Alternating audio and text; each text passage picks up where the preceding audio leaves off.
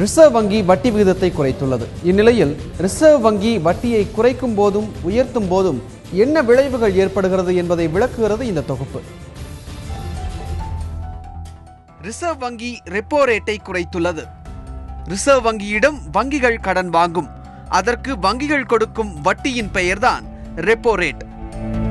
பொதுவாக ரெப்போ ரேட்டை ரிசர்வ் வங்கி பொருட்களின் விலைவாசி, நாட்டின் பொருளாதார வளர்ச்சி உள்ளிட்ட சில குறியீடுகளின் அடிப்படையில்தான் ரெப்போ ரேட்டை நிர்ணயம் செய்கிறது. ரிசர்வ் வங்கி வட்டியை உயர்த்தினால் வீட்டுக்கடன், வாகனக்கடன் வட்டியை வங்கிகள் அதிகரிக்கும். இதனால் மக்கள் கடன் வாங்கி வீடு, கார், வீட்டு உபயோக பொருட்கள் வாங்க யோசிப்பார்கள்.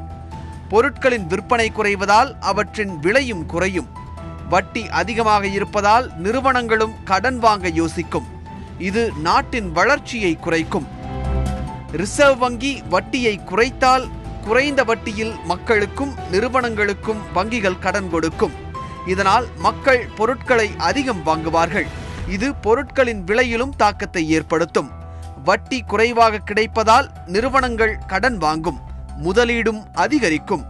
இது வேலை வாய்ப்பையும் அதிகரிக்கும்.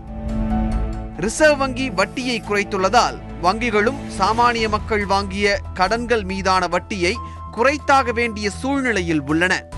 எதிர்வரும் நாட்களில் வீட்டுக்கடன், வாகனக்கடன் மீதான வட்டி குறைப்பு குறித்த அறிவிப்புகள் வெளியாகும்.